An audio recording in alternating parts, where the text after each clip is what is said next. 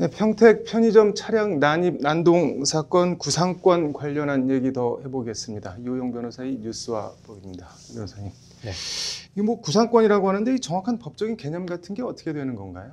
네, 구상권이라고 하는 이 채권 채무 관계에 있어서 이제 다른 사람의 채무를 대신 변제한 사람이 원래의 채무자에게 그 변제한 채무의 내용에 좇은 그러한 내용 그 채무를 이행을 구하는 것입니다.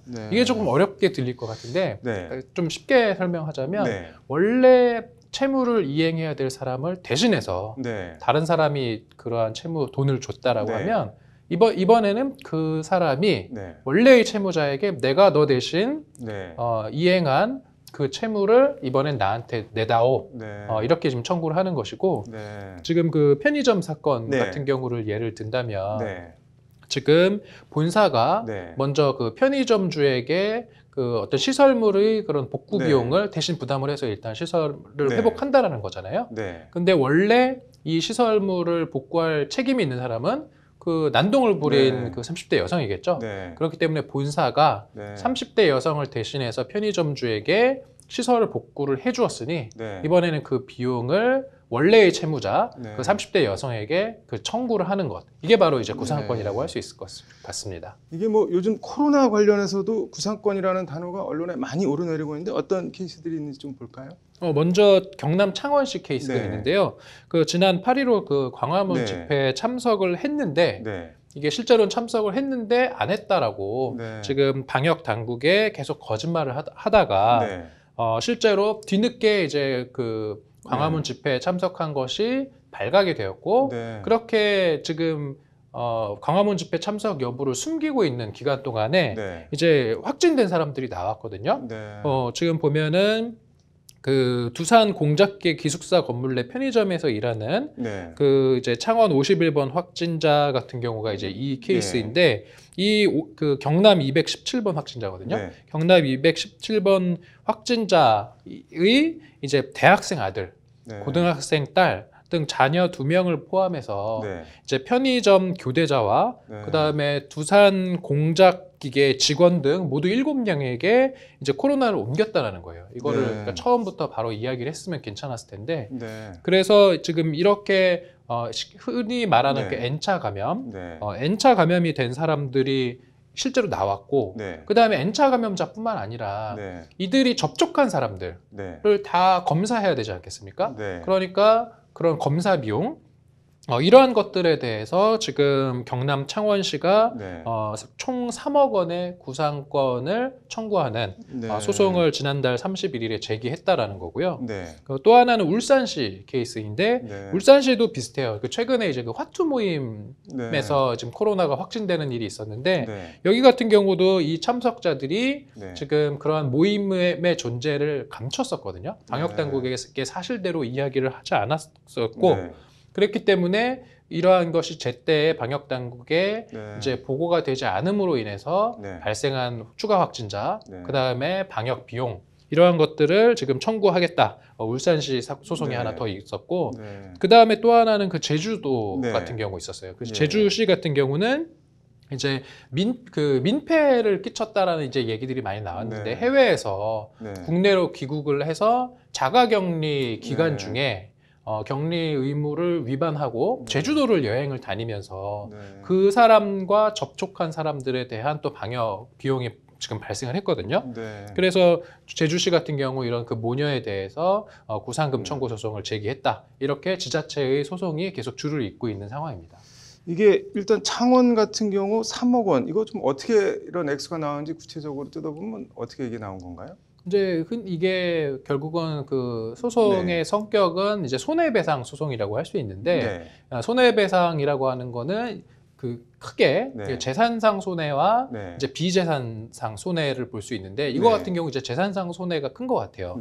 그래서 결국은 그걸 좀 재산상 손해를 조금 구별을 해보면 직접 치료 비용이 먼저 생기는 거고 그 다음에 검사비, 방역비 이런 것들이 이제 모두 포함된 금액이라고 합니다. 그래서 실제로 이 여성으로부터 감염된 7명 같은 경우는 그 치료비가 발생했죠. 그래서 그 7명의 치료비가 인당 2천만 원씩 해서 이제 1억 4천만 원의 치료비가 하나 발생한 것이고 그 다음에 검사비 이거 같은 경우는 인당 62,000원씩이라고 하는데 네. 실제로 검사를 한 사람이 지금 되게 많아서 네. 이게 지금 보면 1억 2,648만 원이라는 거예요. 네. 그래서 검사비가 대단히 많이 나왔고 네. 그다음에 추가적으로 방역 비용. 그래서 이런 치료비, 검사비, 방역 비용을 다 합치면 한 3억 원 정도에 이른다. 지금 이렇게 밝힌 상황입니다. 네. 이게 뭐 신천지 여기도 엄청나게 큰 소송이 걸려 있지 않나요? 지금 신천지 같은 경우는 뭐 네. 1천억 원대에 가까운 소송이 먼저 제기가 되어 있는데 네. 대구시가 네. 그 신천지 예수교와 이만희 총회장을 상대로 네. 1천억 원대에 달하는 손해배상 소송을 제기를 했어요. 네. 그래서 코로나19 검사비와 그다음에 확진 환자에 대한 치료비, 네. 그다음에 거기에 플러스해서 생활치료센터 운영비 등 네. 대구시가 이런 그 신천지로 인해서 발생한 사회의 경제적 손해, 네. 이러한 손해에 대해서 손해배상 청구 소송을 제기를 했고, 네. 그리고 이에 앞서서 서울시 같은 경우도 네. 또 2억 원의 손해배상 청구 소송을 냈고요. 네. 또 관련해서 대구 경북 소상공인 500여 명 정도가 95억 원의 손해배상 청구 소송을 냈는데 이 이유는 이제 이러한 신천지 사태로 인해서 네. 자신들이 영업이 제대로 안 되는 이런 경제적인 손해를 입었다. 좀 이러한 주장까지도 제기되고 있는 네. 상황입니다. 이 전광훈 목사 사랑제일교회는 어떤가요?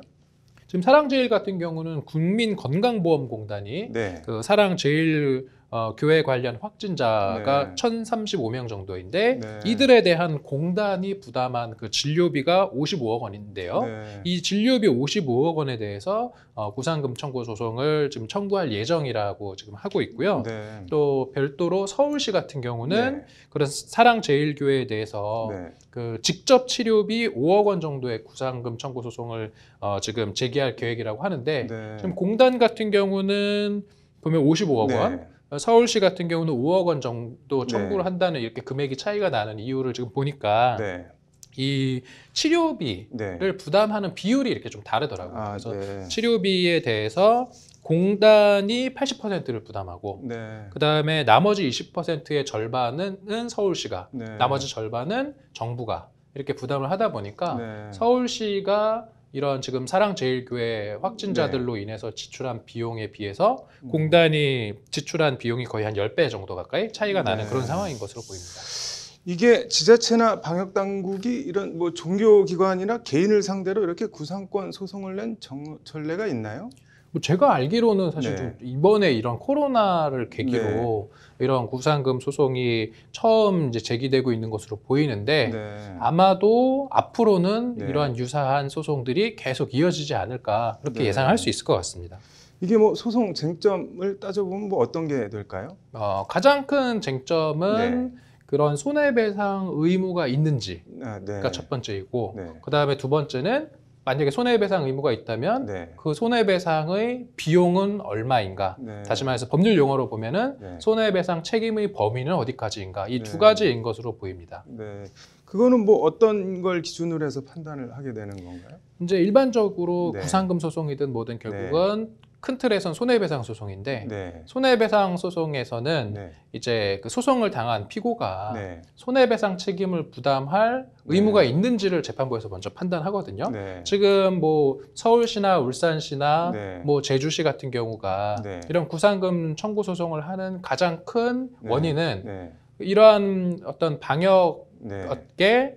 협조를 하지 않은 네. 이러한 행위가 불법 행위에 해당하고 네. 그러한 불법 행위로 인해서 뭐 시나 아니면은 건강보험공단 측이 경제적인 손해를 입었다라는 네. 주장을 하면서 그 이들이 겪은 경제적인 손해, 네. 사회적인 비용 이런 것과 그다음에 피고가 된 이 네. 방역에 협조하지 않은 신천지 사랑제일교회 네. 아니면 이런 확진자들이 네. 방역 당국에 거짓말을 한 행위 네. 사이에 인과관계가 있다. 이러한 이제 주장을 하는 것으로 보이고요. 네. 그 재판에서 가장 큰 쟁점으로 네. 이제 보일 것은 그게 제 개인적인 추측입니다만 손해배상 책임 자체는 어느 정도 인정될 것 같아요. 네. 그런데 그러면 그 비용이 어디까지인가? 네. 지금 직접 치료비 같은 경우, 네. 그다음에 이들이 예를 들어서 최근에 그런 확진자 같은 경우도 네.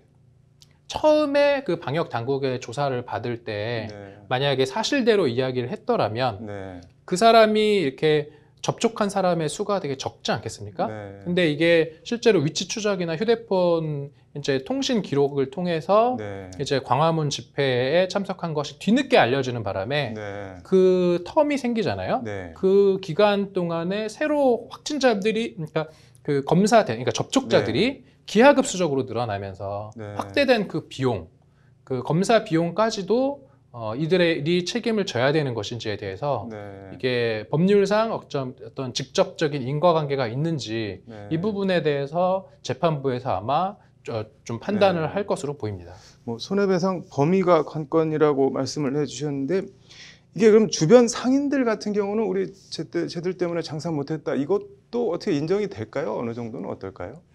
저는 조금 부정적으로 보는 게요. 네. 이들 상인분들의 어떤 상황이 되게 안타까운 건 맞는데 네. 우리가 법률상 이런 손해배상 의무를 부담하는 것은 네. 그런 법률상 직접적인 인과관계, 통상 인과관계라고 하거든요. 네. 통상 인과관계가 네. 있는 손해로 한정이 되고 네. 그와 조금 결을 달리하는 네. 간접적인 네. 또는 간접적이고 경제적인 어떤 그러한 손해는 이 불법 행위와 다소간의 연관이 있다 하더라도 네. 법률상 그 손해배상 의무를 부담하지는 않는다라는 게 우리 법원의 네. 판례거든요. 네. 그런 점에 비추어 봤을 때 이런 방역 당국에 협조하지 않은 그러한 행위로 인해서 네. 그 주변 상인들이 간접적이고 경제적인 어떤 그런 영업상 피해를 보았다 손치더라도 이게 법률상 통상 인과관계가 있는 어떤 그런 손해로 인정되기는 조금 어렵지 않을까 저는 네. 그렇게 예측을 합니다. 뭐 이번 코로나 구상권 소송 이거 뭐 개인적으로는 어떻게 보시나요? 저는 개인적으로 대단히 네. 잘하는 소송이라고 생각을 하고 네. 이게 방역 당국에 협조를 하지 않는 것에 책임은 크게 두 가지로 볼 수 있거든요. 네. 하나는 형사 책임이죠. 네. 그래서 감염병 예방법 위반 그 죄로 처벌받는 책임이 하나 있고 네. 또 하나는 바로 지금 제기가 되고 있는 이런 구상금 네. 청구 소송의 예처럼 네. 민사 책임을 지는 거예요. 네. 그러면은 저는 개인적으로 이런 감염병 예방법 위반 혐의로 인한 형사처벌은 다소 엄격하게 네. 해석을 할 필요가 있다고 봅니다. 예를 들어서 네. 그 제주 네. 이제 민폐녀라고 이제 네. 사람들이 많이 이야기하는 네. 것 같은 경우도 네.